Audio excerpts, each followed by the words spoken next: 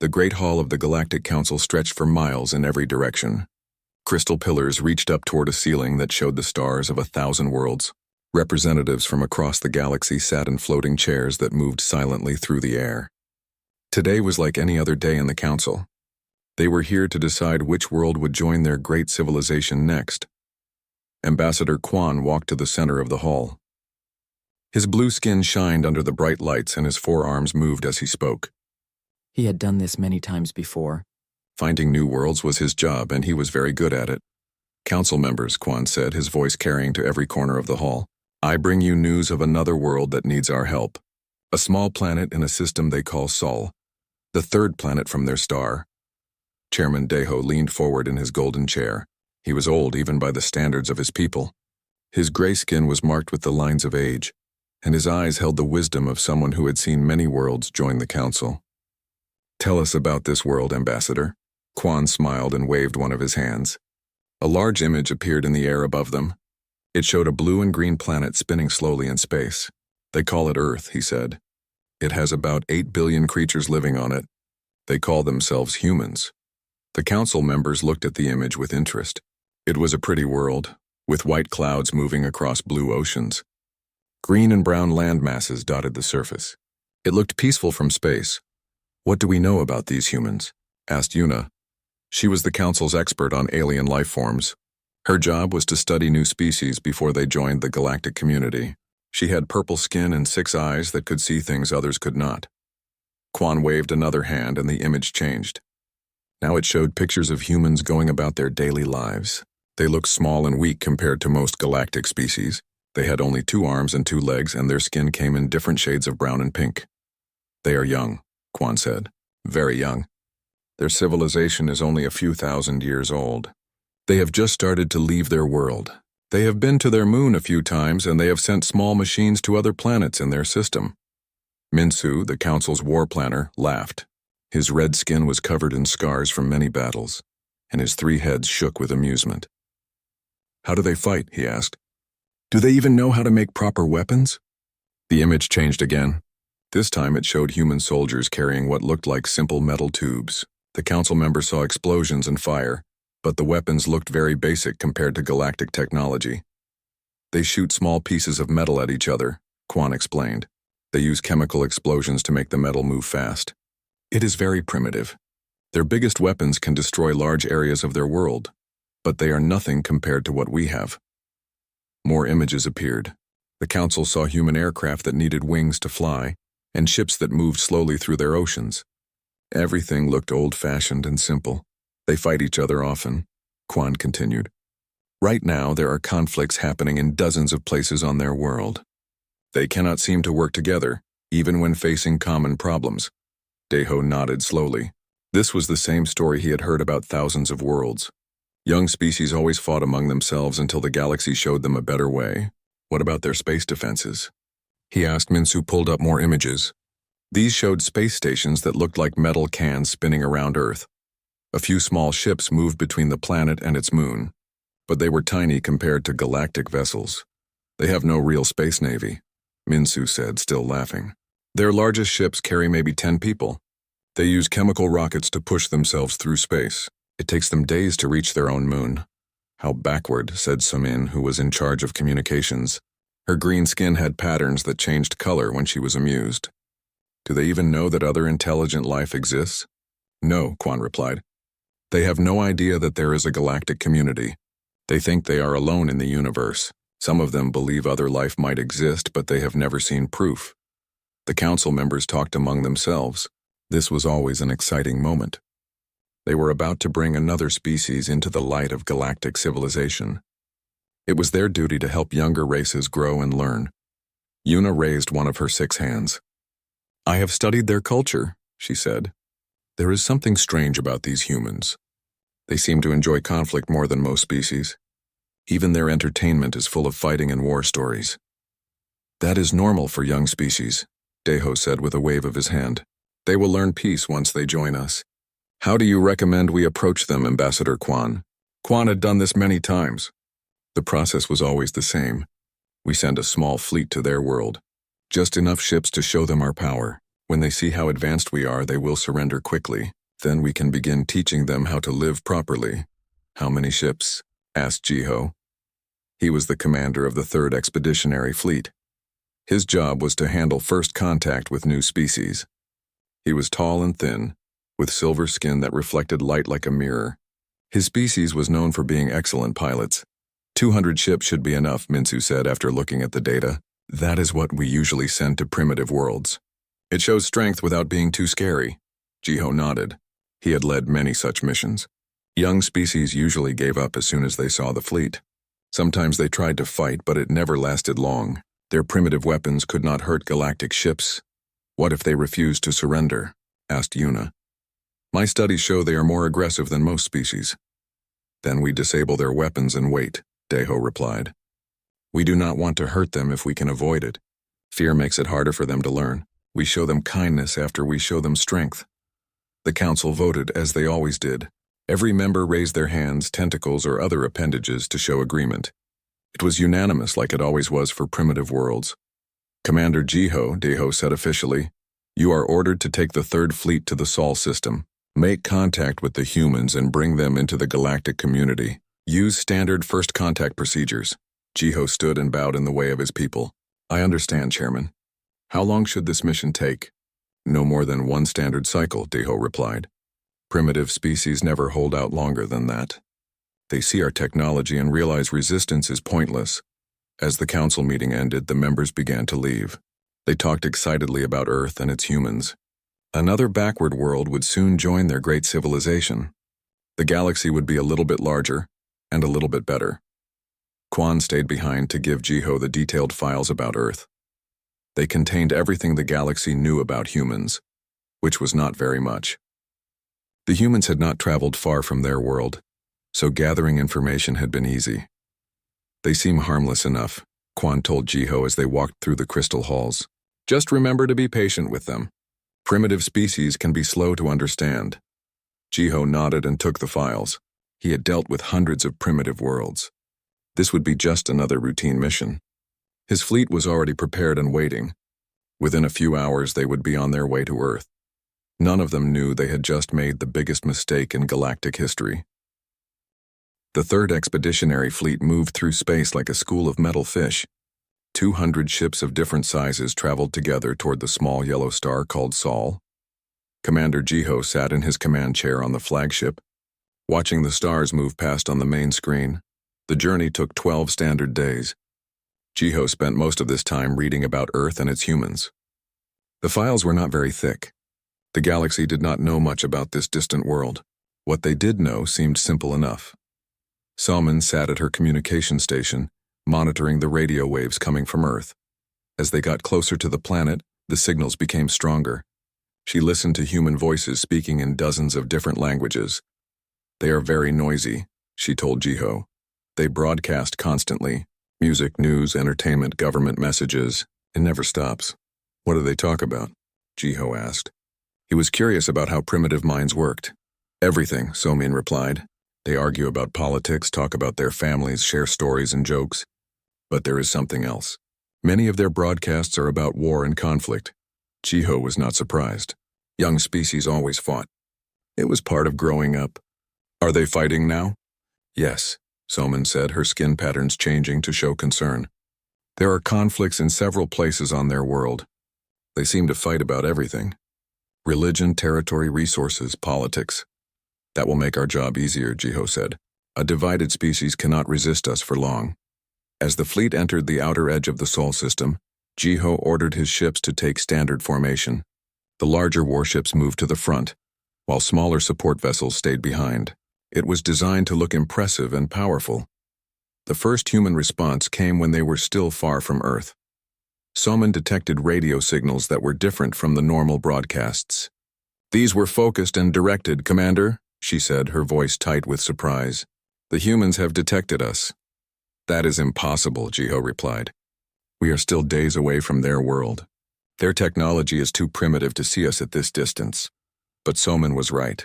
The radio signals were clearly about the fleet. Human voices spoke quickly in excited tones. Words like contact, ships, and space were repeated over and over. How did they see us? Jiho demanded. His science officer Tai-hyun checked his instruments. They have detection devices throughout their system, he reported. Simple things that watch for asteroids and comets. But they are more advanced than we thought. No matter, Jiho said. Continue to Earth, but something strange was happening on the planet below. The humans were not acting like other primitive species. Instead of panic or confusion, there was sudden organization. Soman monitored the human communications as they traveled the last few days to Earth. What she heard worried her. Commander, she said, the humans have stopped fighting each other. What do you mean? All the conflicts on their world have ended. In the last few days, every war and battle has simply stopped. The humans are talking to each other instead of shooting. Jiho frowned. This had never happened before. Primitive species usually became more divided when faced with outside contact, not less. There is more, Soman continued. They have created something called United Earth Defense Command. It seems to be a military organization that represents their entire world. How is that possible? Jiho asked. The file said they could not work together. I do not know, Somin replied. But they did it in less than 6 days. As the fleet approached Earth, more strange things became clear. The humans were not just organizing politically. They were moving militarily as well. Taehyun watched his instruments with growing confusion. Commander, there is activity all over their world. Military bases are powering up. Ships and aircraft are moving to new positions. They have declared something called DEFCON 1. What does that mean? Jiho asked. I think it means they are preparing for war, Taehyun replied. With what? Jiho laughed. Their primitive weapons cannot hurt our ships. But the humans seemed excited rather than afraid. Soman listened to their military communications and heard something that made her skin patterns flash with alarm. Commander, she said quietly, I think these humans want to fight us. That is ridiculous, Jiho replied. When they see our fleet, they will surrender immediately. The fleet took position around Earth. 200 ships arranged themselves in a perfect formation that had impressed thousands of primitive worlds. Jiho looked at the blue and green planet on his screen and prepared to make first contact. Open a channel to the planet, he ordered. Use standard galactic trade language. Soman activated the communication system. Jiho's voice was broadcast to every radio and communication device on Earth. People of Earth, he began, using the same words he had spoken to hundreds of worlds. I am Commander Jiho of the Galactic Council 3rd Expeditionary Fleet. We come in peace to welcome you into the greater galactic community. He paused, waiting for the usual response. Primitive species typically begged for mercy or asked not to be harmed. Instead, a human voice answered almost immediately. The voice was calm and confident. Unknown vessels, the voice said. This is Admiral Hyunwoo of United Earth Defense Command. You have entered sovereign Earth space with an armed fleet without permission. You have 30 minutes to withdraw to beyond the orbit of our moon, or face the consequences. Jiho stared at his communication officer. Did that primitive just threaten us? Soman nodded, her skin pattern showing confusion and worry. That is what it sounded like. Respond, Jiho ordered. Tell them we are not leaving.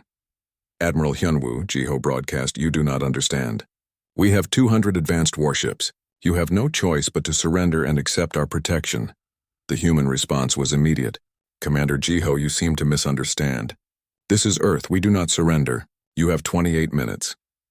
Back on the Galactic Council homeworld, Chairman Daeho and the other council members watched the first contact through long-range communication. They were amused by the human response. Such brave words from such a primitive species, Quan laughed. They will learn quickly enough. Perhaps we should send more ships, Yuna suggested. Something about this feels wrong. Nonsense, Daeho replied. No primitive world has ever resisted a galactic fleet. These humans will be no different. But Earth was different.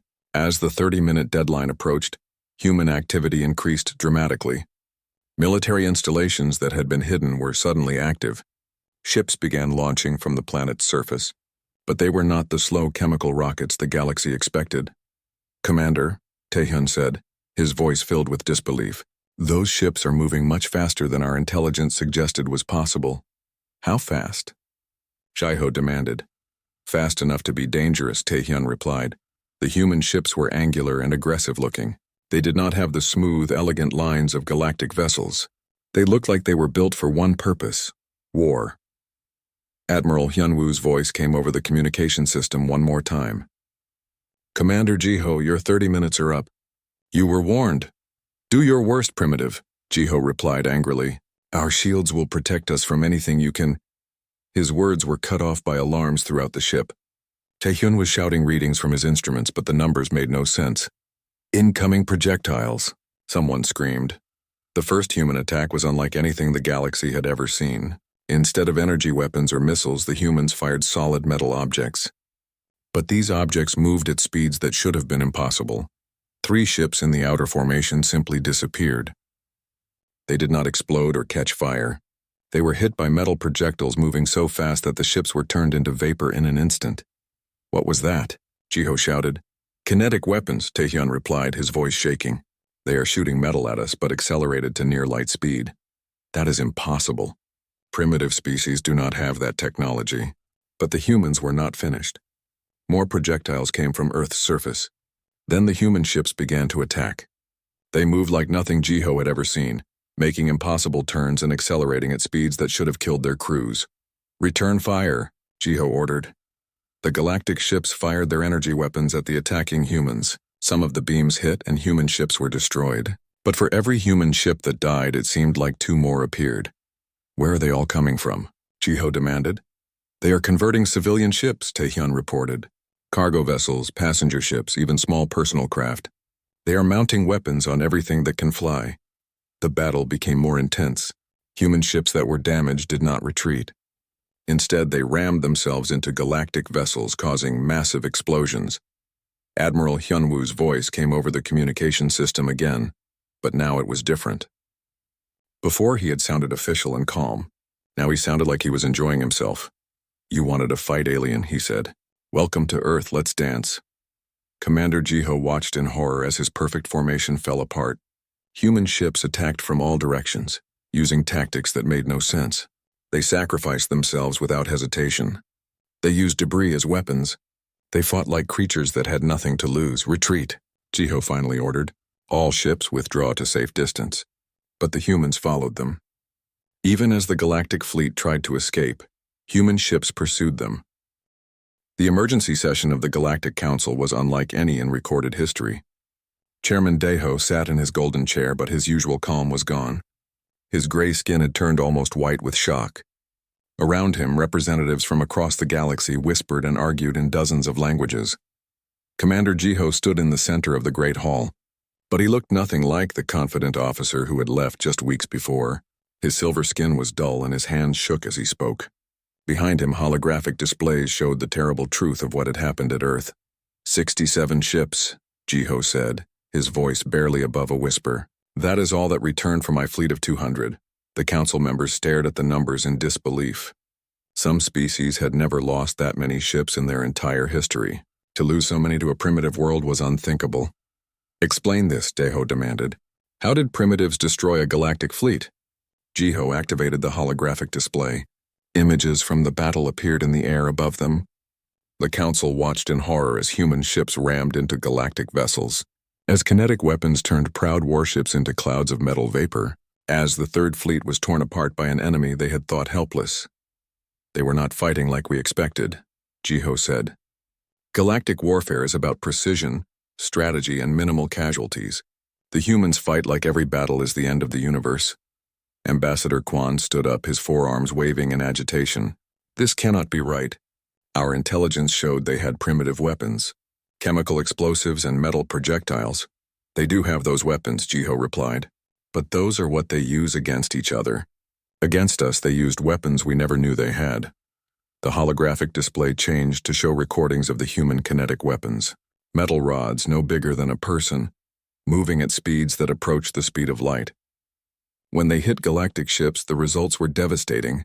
How is this possible? Asked Minsu, the war planner. His 3 heads all showed different expressions of confusion and fear. We think they have been preparing for this for a long time, Jiho explained. Hidden weapon systems all over their world. Ships designed to look civilian but built for war. They were ready for us.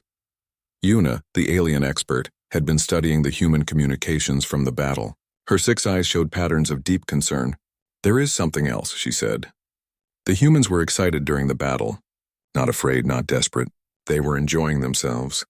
That is impossible, Deho said. No civilized species enjoys war. The humans are not civilized by our standards, Yuna replied. I have been analyzing their culture more deeply. War is not just something they do. It is something they are good at. They have been fighting each other for their entire history. She activated her own display showing human history. The council saw images of warfare spanning thousands of years. Primitive clubs and stones gave way to metal swords, then to chemical weapons, then to the kinetic weapons that had destroyed the Third Fleet. They never stopped fighting, Yuna continued. Even when they reached space, they kept developing new ways to kill each other. Every advancement in their technology was also an advancement in their warfare. But they had treaties, Quan protested. Laws about which weapons they could use. Yes, Yuna agreed. Treaties that limited what they could use against each other. Against aliens, they had no such limits. The council members looked at each other with growing alarm. They had encountered aggressive species before, but never one that seemed to specialize in warfare. What do you recommend? Deho asked. Minsu, despite his fear, still thought like a military commander. We send the First Fleet, he said. 1,000 ships. Even these humans cannot stand against such a force. No, Yuna said quickly. That would be a mistake. If we attack them again, they will be even more prepared, and we still do not understand how they fight so effectively. But Deho was angry. No primitive world had ever humiliated the Galactic Council like this. The First Fleet will be prepared, he said. We know about their weapons now. We can adapt. Jiho shook his head sadly. Chairman, with respect, I do not think you understand. The humans do not fight to win battles. They fight to make sure no one ever wants to fight them again. What does that mean? Deho demanded. It means they will do anything, Jiho replied. I watched them ram damaged ships into our vessels. I saw them use their own space stations as weapons. They turned civilian spacecraft into guided missiles. They fought like creatures with nothing to lose. On Earth, Admiral Hyunwoo was meeting with the leaders of United Earth Defense Command. The battle had been won, but everyone knew the aliens would return. This time they would bring more ships. How long do we have? Asked General Minho, who commanded Earth's ground forces. Not long, Hyunwoo replied. Our long-range sensors show massive fleet movements in alien space. They are gathering ships from across their empire. How many? Asked Admiral Neon, who led the Pacific Fleet. At least 1,000, Hyunwoo said. Maybe more. The room fell silent. Earth had won the first battle by surprise and superior tactics. But 1,000 ships was a different problem entirely. Can we win? Asked President Sunmi, who led the unified Earth government. We can make them regret coming here, Minho said grimly. But a straight fight against those numbers? We will lose. Then we do not fight straight, Hyunwoo said. We fight dirty. He activated a holographic display showing Earth and the surrounding space. Red dots marked defensive positions throughout the system. Project Ragnarok is now active, he announced. Every asteroid in our system is now a potential weapon. Every satellite is armed. Every ship, military or civilian, is part of our defense. What about the orbital platforms? Asked Nayan. Already in position, Hyunwoo replied. If they want to take Earth, they will have to go through a wall of kinetic weapons, guided asteroids, and kamikaze ships. And if that is not enough? Sunmi asked. Hyunwoo's expression grew dark. Then we activate Protocol 7. Protocol 7 was Earth's final option. If the planet was about to fall, every nuclear weapon on Earth would be launched into space. Not to destroy the enemy, but to create a radiation field around Earth that would make the planet uninhabitable for generations. You are talking about destroying our own world, Sunmi said quietly. Better a dead Earth than an enslaved one, Hyunwoo replied. The aliens think they can just take what they want. We are going to teach them that some things cannot be taken. Back in galactic space, the First Fleet was assembling. 1,000 ships, the largest fleet ever gathered in galactic history. Ships came from dozens of worlds, each bringing their most advanced weapons and defenses. Fleet Admiral Jiwon commanded the massive force from his flagship, a vessel larger than most human cities. He had studied the reports from the Third Fleet carefully. This time there would be no surprises. All ships maintain formation, he ordered as the fleet moved toward Earth. We know these humans have kinetic weapons. Stay outside their range and use long-distance bombardment. But as the First Fleet approached the Sol system, they found something unexpected. The humans were not hiding behind their planet waiting for attack. They were spread throughout the system using asteroids and moons as cover. "Admiral," his tactical officer reported, "we are detecting weapon systems on dozens of asteroids. The humans have fortified their entire system." "Impossible," G1 replied. "They have only had weeks to prepare." "Sir, I am also detecting ships moving among the asteroids. Hundreds of them." G1 looked at his tactical display with growing concern. Instead of a single planet to conquer, he was facing a system-wide fortress.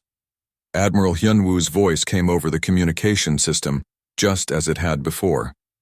But this time there was something different in his tone, something that made G1's skin crawl. "Welcome back," Hyunwoo said. "We have been waiting for you." "Did you bring friends this time?" "Good. We were hoping for a real fight. Surrender now," G1 broadcast, "and your deaths will be quick." Hyunwoo laughed, and the sound was transmitted to every ship in the First Fleet. "Death? Who said anything about dying?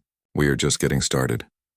The second battle for Earth began with the humans doing something no galactic strategist had ever seen. Instead of defending their planet, they attacked the entire First Fleet at once. Asteroids suddenly changed course, revealing hidden engines. What G1 had thought were natural space rocks were actually guided weapons, each the size of a small moon. They moved toward his fleet with frightening speed. "Evasive action," he ordered, but it was too late. The first asteroid slammed into the center of his formation. The explosion was visible from Earth, a brief new star that marked the death of 50 ships. More asteroids followed, guided by human pilots who seemed to care nothing for their own lives. Each impact destroyed dozens of galactic vessels, but the humans were not finished. As the First Fleet tried to reorganize, human ships appeared from everywhere.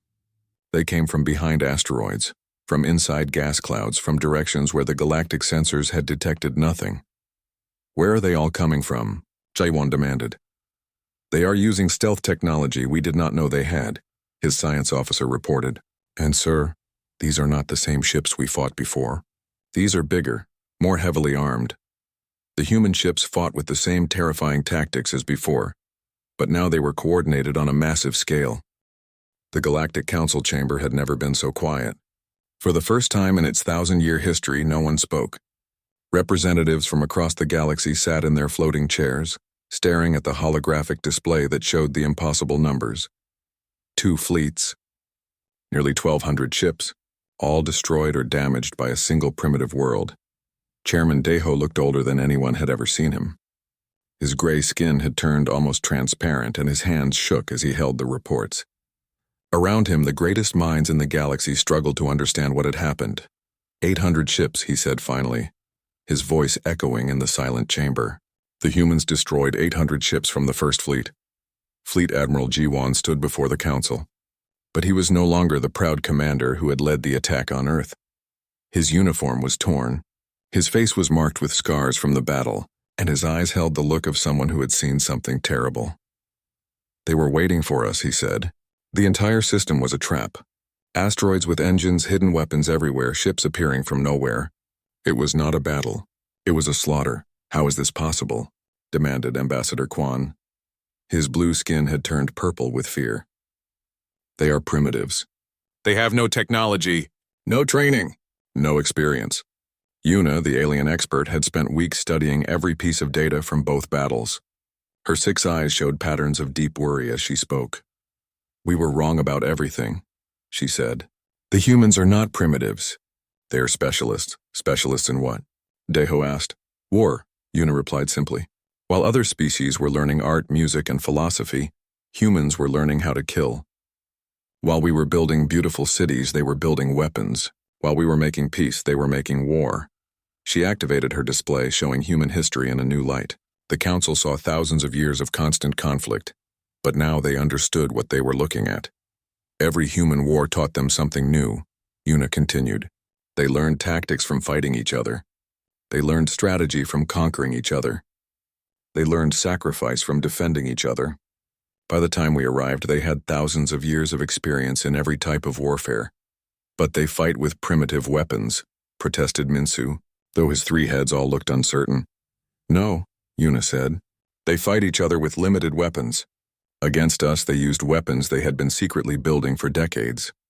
They have been planning for galactic warfare since before they even knew we existed. The display changed to show human military bases, hidden beneath the surface of Earth and throughout their system.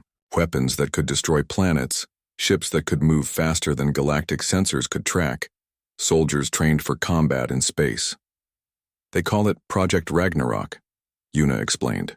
They have contingency plans for fighting enemies with superior technology.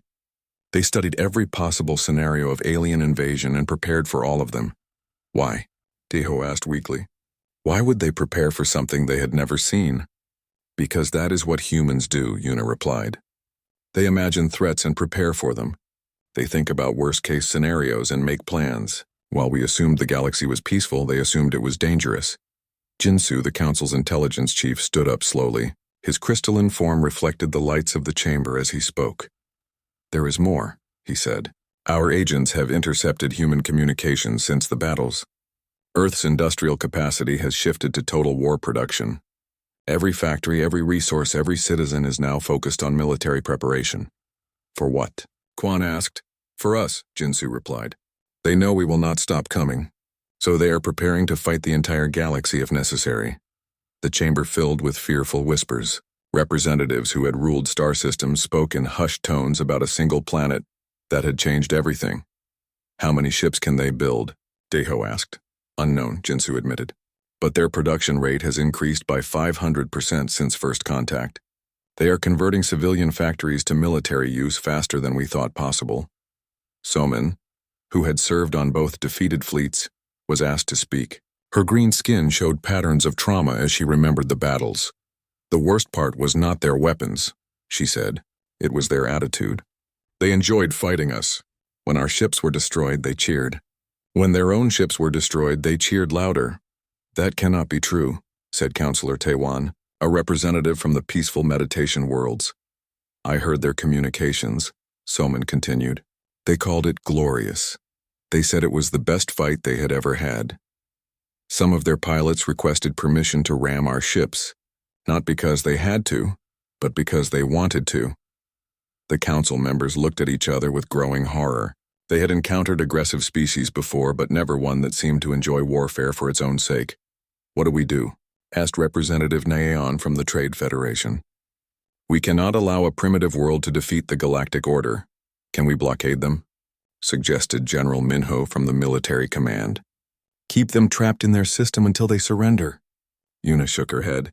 Intelligence reports show they are already sending scout ships beyond their system. If we blockade them, they will find ways around it. And every day we wait, they become stronger. Negotiation? Asked diplomat Sunmi from the Peace Alliance. We tried that, Jiwon said bitterly. They shot at us before we finished talking. Chairman Deho stood up slowly, his age showing in every movement. There must be a solution, he said. No single world can stand against the entire galaxy. This one might, Yuna said quietly. I have analyzed their psychology. Humans do not surrender. Ever. They will fight until they are all dead, and they will take as many of us with them as possible. Then we destroy their world, suggested Quan desperately. Use planet-killing weapons. End this threat permanently. The chamber erupted in angry voices. Despite their fear, many representatives still believed in the Council's principles of bringing civilization to primitive worlds, not destroying them. That would make us no better than the ancient destroyer races, Deho said firmly. We do not kill entire species. Then what? Quan demanded. We have lost over 1,000 ships to these primitives. Our military commanders are afraid to fight them. Our trade routes are being disrupted by rumors of human expansion. The entire galactic order is at risk. Jinsu activated his intelligence display, showing galactic communication networks. The patterns were disturbing. Fear is spreading, he reported. Dozens of worlds are asking for protection from the humans. Some are even building their own defenses. The news of our defeats has created panic across the galaxy. And there is something else, he continued. We have detected human signals in 6 different star systems. They are not staying on Earth, they are expanding. The chamber fell silent again. The council members stared at the star map showing human expansion routes. If the humans were already spreading beyond their world, the problem was getting worse, not better. How fast are they expanding? Deho asked. Unknown, Jinsu replied. But they move differently than we do. Instead of large, slow colony ships, they use small, fast vessels that are hard to detect. By the time we know they are in a system, They are already established. Yuna pulled up her cultural analysis again. This matches their behavior patterns, she said. Humans do not just defend. They attack. They expand. They take territory. If we leave them alone, they will spread across the galaxy. And if we attack them again? Deho asked. We lose more ships, Jiwan said bluntly. Every battle teaches them more about our tactics. Every victory makes them more confident. They are getting better at fighting us faster than we are learning to fight them. The council members began arguing among themselves. Some wanted to try diplomacy. Others demanded immediate military action. A few suggested retreating to the galactic core and hoping the humans would leave them alone. But as they argued, new reports arrived. Human ships had been detected near 3 more star systems. They were not attacking these worlds, but they were watching them, studying them, learning about galactic civilization. They are gathering intelligence, Jinsu realized. They are learning about our technology, our tactics, our weaknesses. For what purpose? Deho demanded. To prepare for the real war, Yuna said with growing horror. Everything they have done so far has been defensive. But humans do not just defend. Eventually they attack. The implications hit the council like a physical blow. The humans were not just protecting their world. They were preparing to conquer the galaxy. How long do we have? Deho asked. Unknown, Yuna replied. But based on their expansion rate and production capacity, I estimate we have months, not years, before they are ready for major offensive operations. Then we must act now, Quan declared. Send every ship we have. Destroy them before they become too strong. With what ships? Jiwan asked bitterly. Half the galaxy's military forces have already been destroyed or damaged by these humans. And you want to send the rest into the same trap? As the council continued to argue, reports kept arriving. Human expansion was accelerating. Their industrial capacity was growing. Their military technology was advancing. And somewhere in the Sol system, Admiral Hyunwoo was planning humanity's next move. The decision to send the combined fleet was made in desperation, not wisdom. Chairman Deho knew it was a terrible risk, but the alternative was worse. Every day that passed, human ships appeared in new star systems. Every week, their military grew stronger. If the Galactic Council waited much longer, they might not have enough ships left to stop humanity's expansion. 2,000 ships, Deho announced to the emergency council session.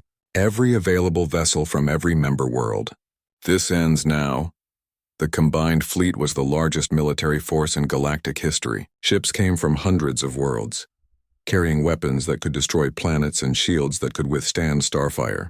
If this fleet could not defeat the humans, nothing could. Fleet Admiral Jiwan had been replaced. The loss of the First Fleet had ended his career. In his place, the council appointed Admiral Hijin, a commander known for her ruthless efficiency. She had conquered more worlds than any other galactic officer, and she had never lost a battle. The humans have defeated 2 fleets through surprise and superior tactics, she told her officers as the combined fleet assembled, but they have never faced a force this large. We will overwhelm them through sheer numbers. On Earth, Admiral Hyunwoo watched the galactic fleet gather through long-range sensors. 2,000 ships, each larger than anything humanity had ever built.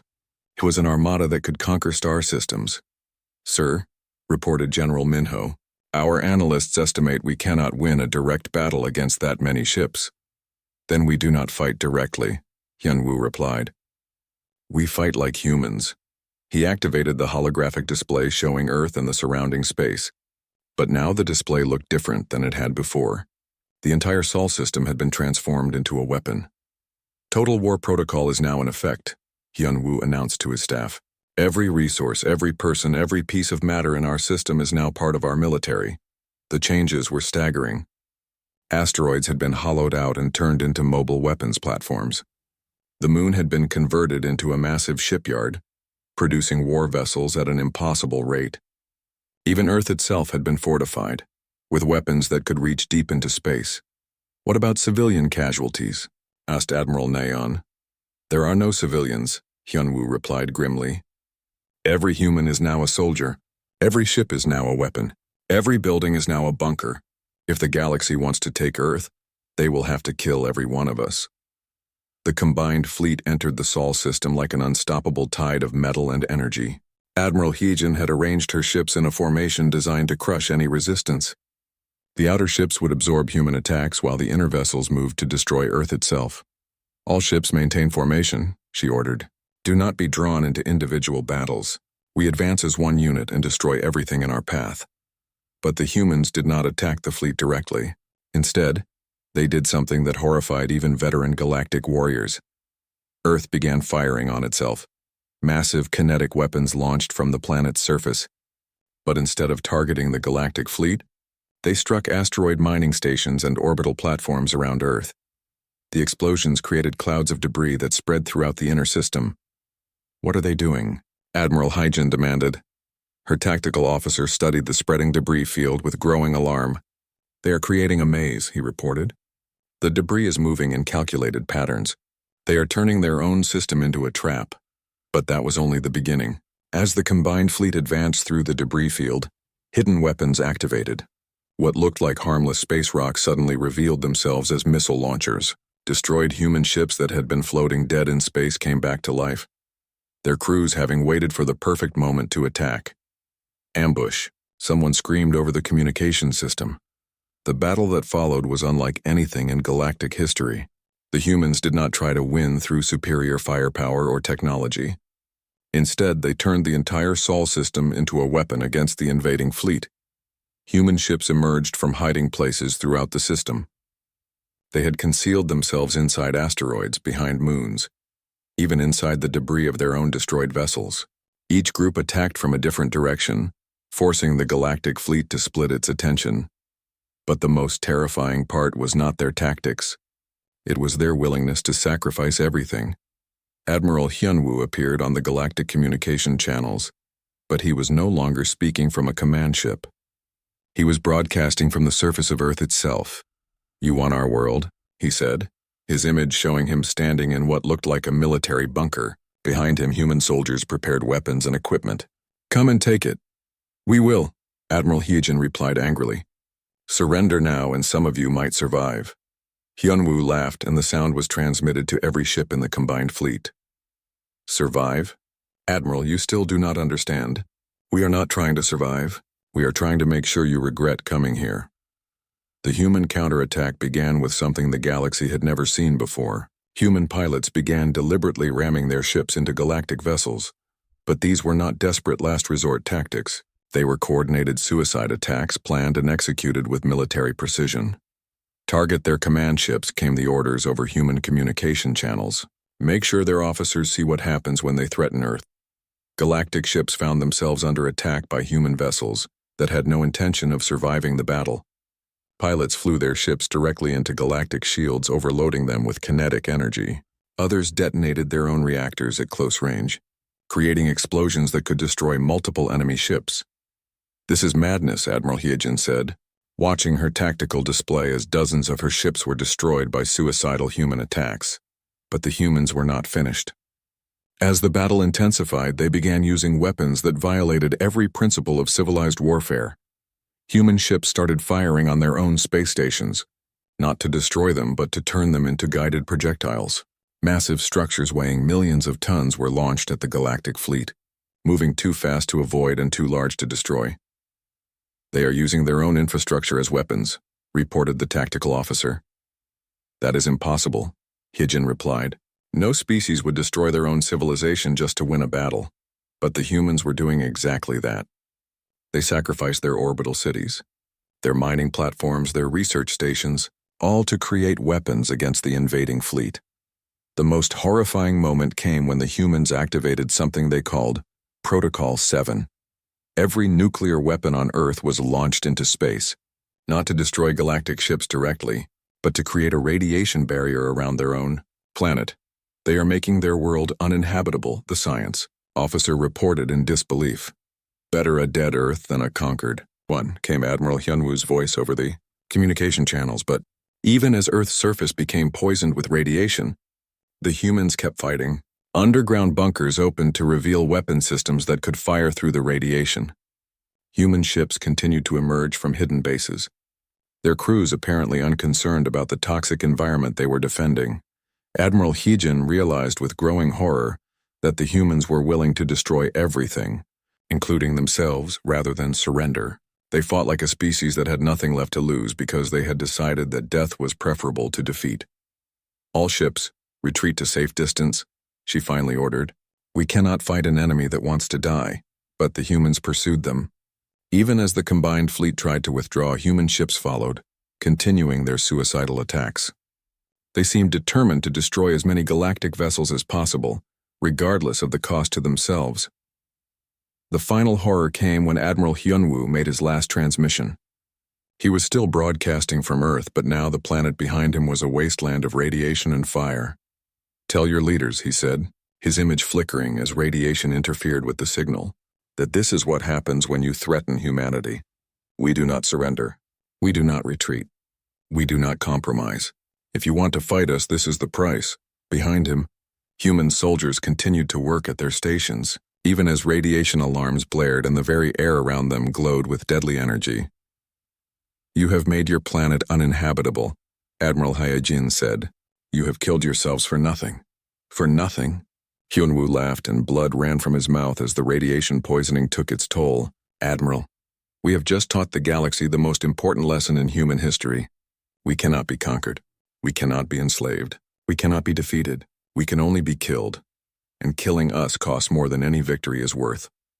The transmission ended as Earth's communication systems finally failed. The combined fleet retreated from the Sol system, leaving behind a dead world and the wreckage of over 1,500 ships. Admiral Hyejin sat in her command chair, staring at the tactical display that showed the cost of the battle. 3/4 of the combined fleet had been destroyed or damaged beyond repair. The humans had lost everything, but they had taken most of the galactic military with them. When the surviving ships returned to the Galactic Council, they brought news that changed the galaxy forever. The humans were gone, their world a radioactive tomb, but their message was clear.